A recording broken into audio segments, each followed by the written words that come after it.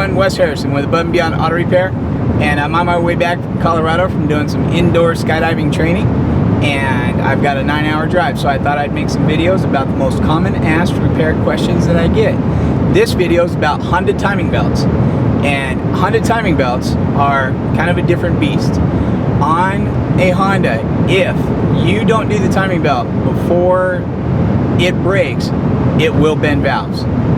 99.9% of the time. In 30 years of doing this, I've seen one Honda not bend valves when the timing belt broke.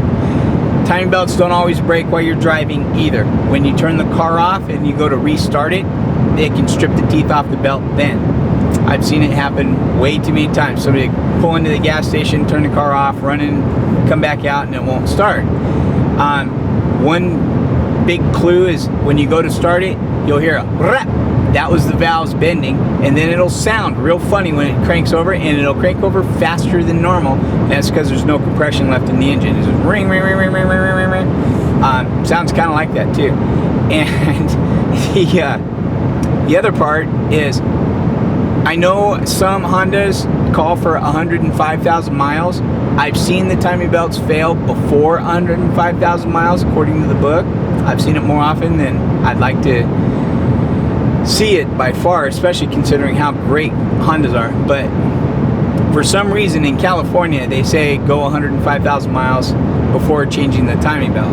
And I've seen quite a few Hondas that aren't California cars. People go, well, it says 105 for California, so I was waiting. And I've seen them break before then. My advice on all timing belts, do them at 90,000 miles. The Hondas, Chryslers, Mitsubishis, Toyotas, you name it. Doesn't matter if it's a timing belt. As an average rule of thumb, timing belts last 90,000 miles. Second thing on a Honda, you want to do it before it breaks. So if it hasn't broke, you want to do all the components: the timing belt, the water pump, the timing belt idler pulleys, the timing belt tensioner pulley. Do them all. It comes in a kit. Gates makes a real good kit that will, if your Honda engine has an auxiliary shaft, it will give you that belt also.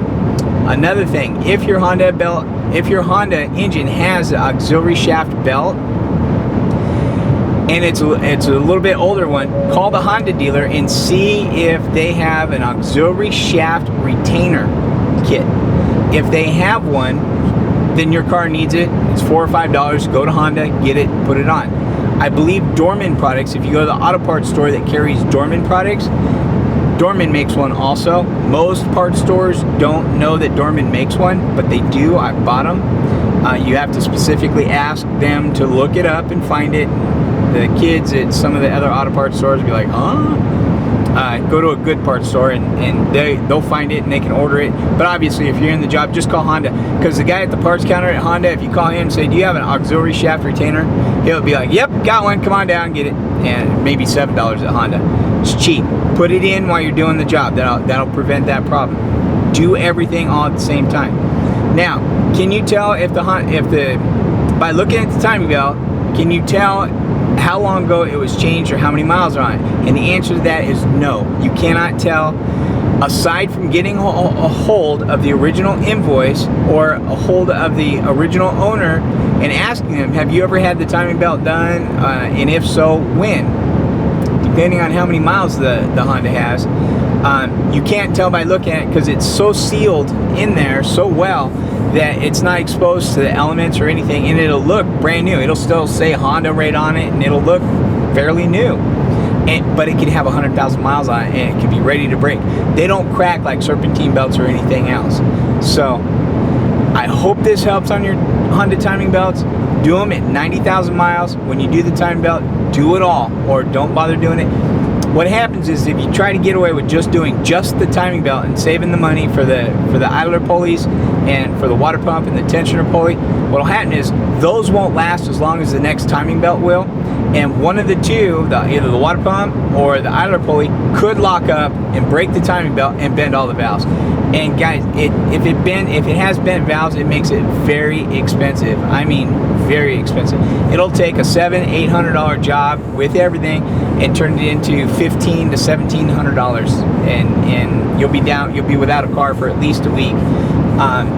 So Just do it at 90,000, do everything, and then you're good for another 90,000. And on a Honda at 180,000, when you have to do the timing belt again, just so you're aware, that's about halfway through the car's life cycle. I've seen more Hondas with the engine taken care of, the oil changed and all that, and the timing belt done, with 400,000 or 500,000 miles on them easy. Hondas go and go and go. I love Hondas.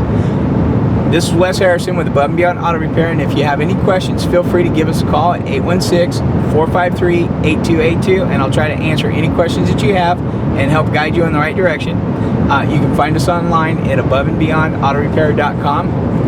Thank you very much, and have a good day. Bye-bye.